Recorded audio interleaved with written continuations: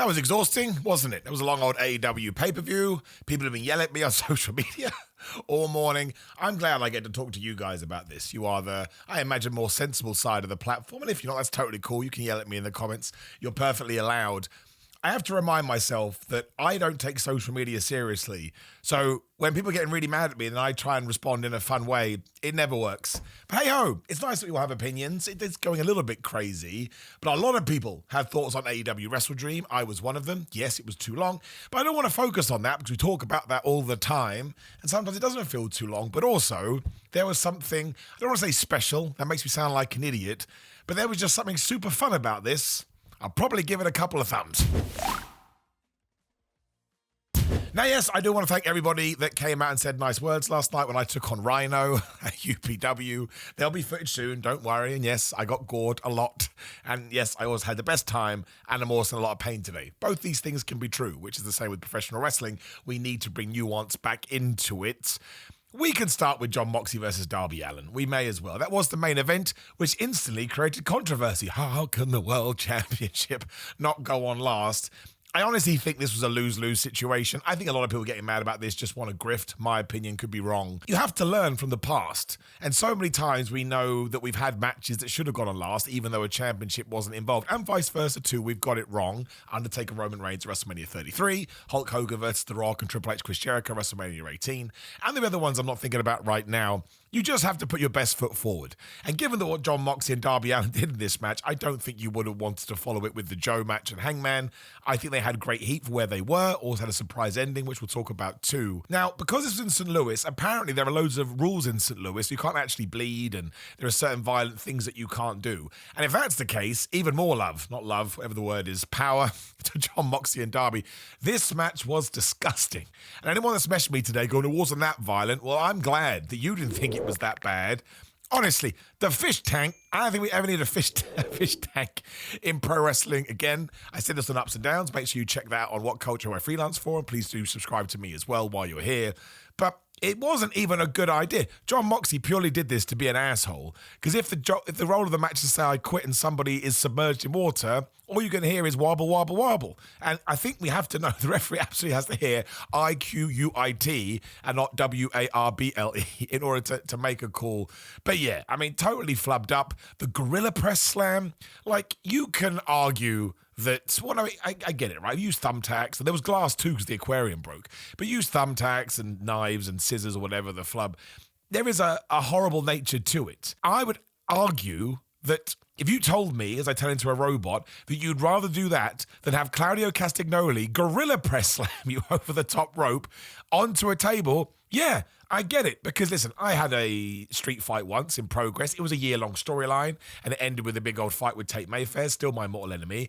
I took thumbtacks, and it sucked afterwards. By the time your adrenaline's up loads, there is no way to kind of hide being thrown into it. It was incredible, right? It was absolutely incredible. You also had the return of Sting, and Sting now has the power over my emotions, I realized. As soon as he turned up, I was like, oh my gosh, it's the greatest thing ever. And he kidnapped Marina Shafir, which cracked me up. Isn't it awesome, though, that old man Sting is now part of wrestling lore? Because I think when he turned up the last time, it was All In 2 years ago. Is that right? Or this year? Whenever the film was last year. I can't remember. But I think he was still regular Sting. Now he's old man Sting. So we completed the game and we unlocked him. There was a bunch of other stuff in this match, which was horrific. The stuff they were doing with the ear, the way they used the ropes. I'm probably going to forget something, but it was nasty. And a lot of times we cut to Marina Shafir, and even she was like, I don't like it. And of course, the flag was the big center point to all of this, as it should have been, because that was important to the build and it was important to Mount Everest. Some people have started complaining that Darby Allin talks about climbing Mount Everest too much. We are broken as a society. If you climb Mount Everest successfully, you're allowed to go on about it for the rest of your life, right? It's one of the most incredible feats ever. If he's not allowed to take stock of that and just talk about it forever, we're cooked. We're cooked as a species. Anyway, not the point. I love the fact that after the choking, Darby decided to lock in the sharpshooter. I mean, one, there was glass on the floor or the ring mat, but storytelling can be really, really simple. And I think sometimes we try and overthink this. As always, I want to clarify before you come wish me dead in my DMs, you can hate anything you want and you don't have to like it. And I genuinely am happy for you because I have real problems in my life and you not liking a wrestling match doesn't matter to me one iota. Not because I'm an arrogant Alan, because I'm a non-caring Kyle or something like that. Or I don't mind Mary, right? Whichever one, you can pick it. I like simple stories. I like Star Wars. I like Lord of the Rings. I like Marvel. I like superhero comics. I like DC.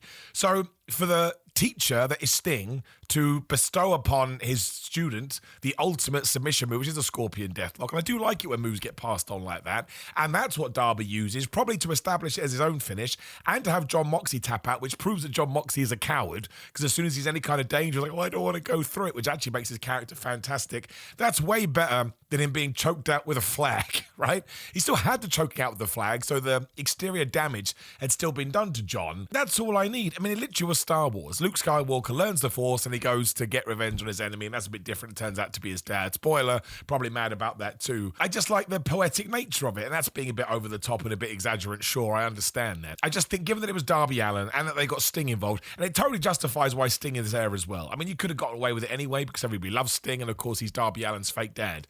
But for that to happen around about, what, a minute, 2 minutes before he applies the Scorpion Deathlock, what they almost called the sharpshooter, can't do that. That to me is just good old-fashioned pro wrestling storytelling that just so happened to be incorporated in utter madness and destruction. You could even argue that it was a 2025 world mixed with a 1984 world, me picking a random year there. There'll be other ones that you can think about. I really enjoyed it. I really liked it. And as I always say, do these matches go too far for me? Absolutely they do. They are outside my realms of taste. But I just really respect the fact that AEW will tell you you're going to get a street fight, you're going to get an I Quit match, you're going to get a Texas Death match, which is now, oh my gosh, what are we going to do? And they deliver on those stipulations. I don't mind that WWE has had the more family-friendly version for years and years. That's what they do, and there's been some brilliant ones that we've always talked about. But AEW essentially, I assume Tony Khan, being a lifelong wrestling fan, goes to ECW, he goes to Mid-South. He's like, okay, those promotions really kind of push the boat out, and I would like to do that too. And it's great, because now anytime a stipulation does come up in AEW, you get a little bit worried about it. Remember, you can have two slightly conflicting opinions where you're like, not for me, totally happy they are doing this from a pro wrestling point of view. I thought Darby winning was fantastic. I think once the world title is in a certain position, he could absolutely win it. I think the Mount Everest thing has helped him because he does come across as like this warrior that you can't kill. And I just think John Moxley is fantastic. He is now on the downgrade from being this sort of almighty leader. If all of a sudden you did have Claudio questioning him, and Pat questioning him, and Rena Shafir especially questioning him, Willie Uta probably just wants to be hugged at this stage. And Daniel Garcia's like, man, why did I join this group now? I've picked the worst timing. But that would be a nice story to take, because that's twice now this year when, as soon as he's found himself in a predicament where I'll never give up, I'll never sacrifice, and he does do these things, right? So he will sacrifice, but he won't go all the way. He talks a big game, but he's the heel. I think it could be one of these characters, I mean, maybe not because we live in such a tribalistic nature, but it could be one of these gimmicks that we look back on in years' time and go, actually, that was way better than we gave it credit for. You know, it's not the greatest main event you're ever going to see, but I thought it was super fantastic, super fun, and I had a good time. And they did get me halfway through. I was like, I don't 100% know who's going to win here.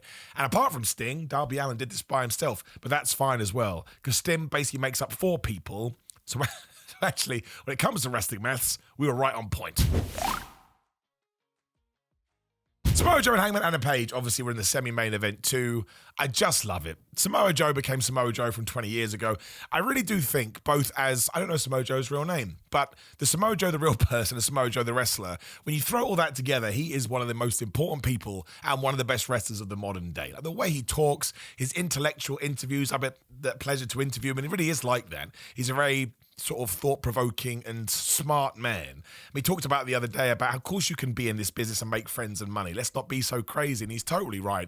But his in-ring work, his character work, his storytelling, everything. The man is untouchable as far as I'm concerned. And when he does hang them up, which he did, it's kind of a good situation. He said this contract will probably be his last, when Tony Khan was like, oh, it's okay. He'll be here till at least 2027 at the least, but he will be a loss to pro wrestling in the same way that AJ Styles is a John Cena. Obviously, he operates in a different lane, but it's no less important than those guys. And here, Hangman Adam Page basically had to go, I'm going to max out all my HP and all my MP and use all my special moves and spam my finisher in order to get you down. And then the icing on the cake here, because I didn't see it coming, I'm going to put it up there with Bron Breakker spearing Seth Rollins this week, with me doing Dances of Madness when it does happen, is that they're all celebrating afterwards, 3 buckshot lariats to get Samoa Joe down. Samoa Joe and the Opportunities are all there doing their thing, and then Samoa Joe lariats this guy I went crazy because I am a nerd. Powerhouse Hobbs and Shibata, there was no division here. They talked about this beforehand. Shibata, I think, kind of operates in his own lane because I think a lot of us are like, well, thank goodness he can wrestle and he is okay because he went through crazy stuff. But I really think this benefits Powerhouse Hobbs too, because if he gets a proper push and maybe wins a championship as a bad guy, that man is one intimidating dude, right? Very much, you could argue he's like the new Samoa Joe. I would understand that there's similarities there. But Samoa Joe is so good. He's barking at Adam Page. I cannot wait for that promo on Dynamite. And we live in a different world now. Beforehand, it was the TV show to lead you to the pay-per-view. But if you can find a way to have a thread going through them all, why not? But yeah, I can't wait to hear. I mean, Samoa Joe's probably just mad about this. How dare I lose? But I think because Samoa Joe has so much stock with the audience, even though he did lose clean here, it's a funny way to do it. It's a bit like the Hurt Syndicate and the demand stuff we'll talk about in just a second too. But because it's Samoa Joe, I think everybody is fine with this program being elongated. You could probably get 3 matches out of it until MJF comes back. We've got World's End is the December show, and then Full Gear is the November show. You could do Samoa Joe and Hangman and a Page at both of those, and I wouldn't mind it just because I'm so into Samoa Joe. And I kind of think because it is Samoa Joe, as I overuse his name, he's probably going to walk in here in a minute, like in a wrestling promo, he could win that championship. I don't think he will, but I think you'll be able to use the aura that he has in order to convince people. I just love this match. It was sort of simple but effective, and the heel turn, which I presume is what it was at the end, just excellent. And Hangman Adam Page needs to get mad as well. I love the Hangman Adam Page, just like a good person, but he does have that edge, not AEW edge, Adam Copeland, I suppose. He does have that Adam Copeland, we have to call it. I don't know why you watch these videos. But I think that as a 1-2 punch for the last 2 matches really had me going, oh, yeah, I'm down, man. Sign me up. And yeah, if Samoa Joe won, I wouldn't mind it at all, especially with the Ops going heel as well. I probably can't call them Samoa Joe and the Opportunities anymore, but we'll come up with a new name. And if you actually stop doing my stupid jokes and you remember they are called the Ops, they were always the bad guys anyway. The opening was also fantastic. Somehow that caused an issue too. People just don't listen to me on social media. I sound like an old man. But I tweeted out when it was happening, because basically it was FTR versus Jet Speed, and it came off the pre-show and went right into the pay-per-view, which I think we should do more of, because why would a match go, oh, we got to end now, it's the pre-show? That actually makes wrestling more predetermined than allowing it to bleed in.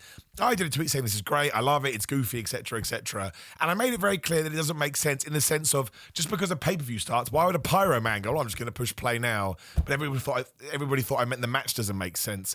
I'm going to do less social mediaing if you care. We're just going to talk here because we can actually have a balanced conversation. But FTR versus Jet Speed, really good. And actually, maybe we should use this section to talk about all the tag team matches. That was a phenomenal tag team match. The Young Bucks versus the Jurassic Express was a more phenomenal tag team match, although you could argue it. And Brodito Bandito Bandito versus Takeshita and Okada. Honestly, the AEW tag division, I think the Young Bucks said the other day, they think it's as good as it once was. If we can capitalize on this, they're 100% right. Like, Brodito being the champions has elevated those titles because they're such a likable team, and Bandito don't flip in matches pretending he's got one arm. Or maybe he does. I doubt that's true. The Young Bucks are just one of the best tag teams of all time. FTR, one of the best tag teams of all time. Whoever decided to put Jet Speed together, that was absolute genius. And the Jurassic Express, once again, 100% the right call to put Jack Perry back in this role. It's where he shines the most. Sometimes just lean into people's strengths. Luchasaurus looked incredible. Remind you why he's called Luchasaurus. And yeah, Matt and Nick Jats can just do everything. And of course, in Okada and Takeshita, you had Okada being the best character of all time. Like, this is my favorite version of Okada. I understand he doesn't sort of whip out the big guns in terms of matches all of the time. But to stop Brody King doing the Macarena dance, then wanting to flip people off, and Takeshita stopping him, being enough of a seed for later on when he went to hit the Rainmaker on Bandito and took Takeshita out instead. Obviously, I'm sure he wasn't expecting this to happen. He was so pleased. He didn't care. And even Don Callis is like, no, that wasn't meant to happen. And of course, that's the reason they did lose as well. And Bandito pinned Okada. I think only the third guy in AW to do it. So that guy is now goated as well, or at least going to get a massive push. And it also meant that Brodito just did beat a huge tag team in order to continue on. Brody King was fantastic in that as well. I haven't shouted that guy out enough. Really, really, really great. And then obviously the Jurassic Express won too, so they can now potentially go after the tag team titles, which is a very interesting match. We teased that the Young Bucks may be going on a babyface turn because Kenny Omega comes out and he fights the Don Callis family. And then, given that FTR cheated to win thanks to Stokely Hathaway, you can probably keep that feud going too. And maybe they all converge at one point going after the belt. So they were just 3 excellent matches, right? They were just brilliant, is what I'm concerned. And I hate saying this, it's so boring, but even though the pay-per-view was too long, I think if you watch these in isolation, maybe you did it over a couple of days, they'd actually come across higher than they already were. Very well paced out, they didn't feel too squidged together, but they all offered something different. I think they're all going to tell a different bit of a story, and they all kind of exist within their own bubble, which is great for tag team wrestling, because especially back in the day, if you're watching WWE, the tag team was just something you got, and then you got the women's match, right? And it's far better when it all just sort of segues into each other. So all really, really great stuff. And you had the heels win, and you had the babyfaces win. And that's always nice too, because remember, when you do go watch wrestling, unless you're an asshole, you want the good guys to be victorious. I also really like Toni Storm versus Chris Statlander. I thought this was really, really well put together. I mean, the match was just good. Surprise, surprise. But Toni Storm sort of being beaten clean and then having a breakdown, but also passing the championship over to Chris Statlander, but not like Hulk Hogan did to the Ultimate Warrior. At first, I was like, wow, interesting. What's Toni Storm going to do? But really awesome that we put the crown on Chris Statlander as the new top person in that division. But then what happens later, right? Mercedes Moné's mystery opponent is Mina Shirakawa. I don't think that should have been a surprise, right? That's my little pet peeve. Because surprises mean so much in wrestling, always make sure it's somebody unexpected or not on your roster. And it was great seeing Mina Shirakawa because she is awesome, but you didn't need to overblow the horn. Just my personal opinion, could be totally wrong about that. Mercedes Moné wins by cheating, which I love, because she'll act like she's this great wrestler, which of course she is. But her character clearly is a coward, much like Jon Moxley.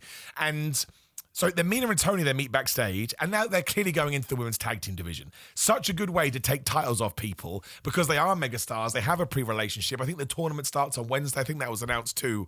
That was really, really good. And then what do we do with Chris and Mercedes? We push them together, and now we've got this mega match at Full Gear. I don't think you can call it. I think most of us, given the hero-heel kind of dynamic, will assume that Mercedes is going to win to get her 12th belt or 13th. I can't remember. If you're really trying to... it depends what belts are on the line. I assume the women's championship is on the line, but surely Chris would be like, oh, I want the TBS at minimum, but you probably won't do that just to sort of tell an easier narrative. But if Chris Statlander does win that one, you kind of have a win-win there because Mercedes will still have 42,761 titles. But Chris Statlander being the one to beat Mercedes as a Toni Storm did it All In this year? Was that this year? Oh my gosh, I can't remember. But I think that puts her on a bigger pedestal. And Mercedes Moné is so good, and again, has to eventually lose all those titles. She exists in her own world anyway. But I love the fact that these two have come together, and you can't argue it. Even though Mercedes did lose in the World Championship match back in August, she's just won ever since then, so she's climbed her way back up the ladder. I thought that was great. Tekla versus Jamie Hayter was just beat each other up. Just punch each other in the face as hard as they could. But that was good too because Jamie Hayter won. I just thought Tekla was going to win here. But if we are building to blood and guts, it's also nice for the babyface to get revenge because, of course, when Tekla debuted, she beat up Jamie Hayter. So all of this was just really, really good as well. And it's the same kind of deal with the tag team stuff. It all feels like it's heading in very specific directions. Again, we kind of wrapped up the Chris and Mercedes one pretty quickly. We put Toni and Mina into the tag team division. And yeah, Jamie Hayter's already talked about blood and guts. That's going to involve Tekla and everybody else that's doing there. And there was a really great match with Willow Nightingale on the pre-show too. So just a couple of thumbs up. And I absolutely would have taken some of these matches and put them on Dynamite, but we could only react to the stuff that we did get. And once again, just to repeat myself, I think if you just watched a match, took a break, it would actually be heightened. For me, you can always scrap 2 to 3 matches. That's just my opinion. I don't know what I'm talking about. But now that I do go through it with a fine-tooth comb, yes, very, very good. Mark Briscoe and Carl Fletcher upset me as well in the way it was supposed to. I thought you could have given Mark Briscoe the win here. I understand that Carl Fletcher lost a couple of months ago, but I don't care. I think if you beat MJF, I think that should be a huge scalp. But it didn't happen, and it was good because I truly had convinced myself that Briscoe was going to win, so when he didn't, I was sad. And sometimes when the heel does win, you should be upset about this. Carl Fletcher, I think, is just ready to be moved up. I kind of get it now because Samoa Joe and Hangman are going to do their thing. But when an Ospreay comes back and a Swerve comes back, I would have someone beat Carl Fletcher for the TNT title and move him up. The same way I think that Sami Zayn should now move up as well. He lost his US Championship, of course, on Friday. Also very good. It's been a very good weekend of professional wrestling. Listen, they're great together. They have great chemistry. And Mark Briscoe and the conglomeration have the greatest Titantron ever. I forgot to mention that on the ups and downs, so you have to forgive me. But getting these pay-per-view stuff, it's sort of in a relatively easy time thing to watch. Is so difficult sometimes. But I just love the man. Maybe that's what it is. I just love the dude. And I don't know what he does now, but I don't want him to be marginalized. I do think he should win a championship, not before the end of the year, because October the 19th.